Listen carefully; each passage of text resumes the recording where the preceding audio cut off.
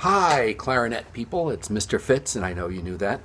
I'm here with my clarinet. I'm in the basement right now because my wife is on a conference call with her school, so I can't be making clarinet sounds upstairs. But even though this place is a little bit of a disaster area down here, I did make sure I put this sign up, and hopefully it comes out correctly because I'm looking right now. It looks like it's backwards. Clarinets rock. All right, now, or I should say clarinet rocks. Now, talking about warm-up, very important that you get your reed nice and wet. So while you're assembling your clarinet, keep your reed in your mouth. I've actually even heard that it's helpful if you got the back end of the reed wet too. So make sure your reed is really wet, and then when you put your reed on, just be careful with the alignment. That's pretty important that you align it properly. And we've gone through that before, but just to kind of review, aside from matching, this ligature is a little funny on this clarinet, so don't mind me. It actually has a piece of plastic underneath it. But what has to happen is that the ligature, first of all, with most of your ligatures, the screws go on the same side as the reed, okay?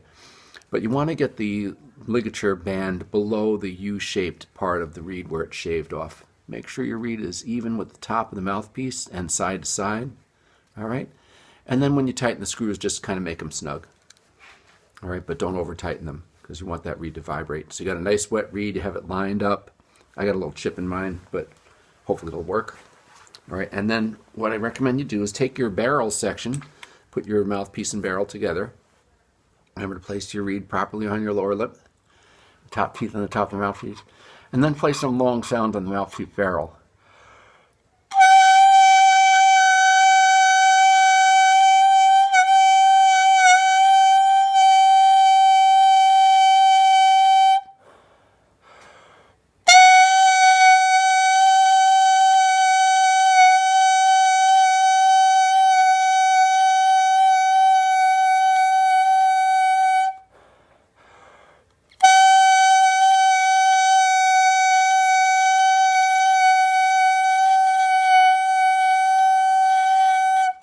And just try to keep the tone steady. Okay, you probably notice a little bit of fluctuation in mine.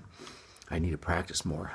All right, but then what you could do is just start on a G and kind of add fingers and work your way down to the low E. So like this.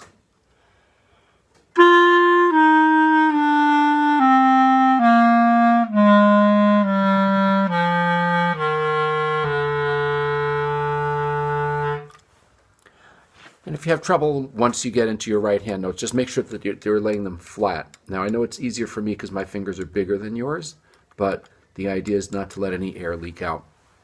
Okay, now after you're warmed up with a little bit of that, then you could do the concert B flat scale like what we do in band. Now I'm going to do 4 measures in one breath, which you should be able to do too. Okay.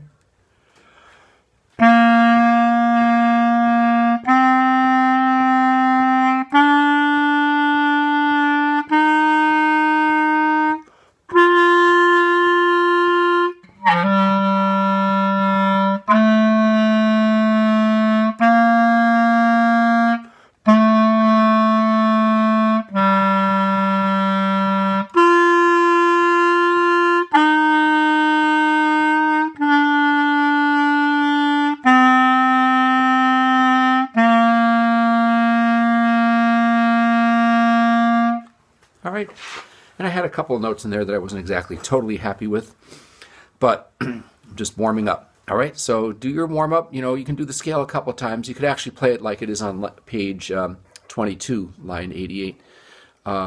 If you're able to go up into the high register and play those, the high B and the C, do so. All right, there we go.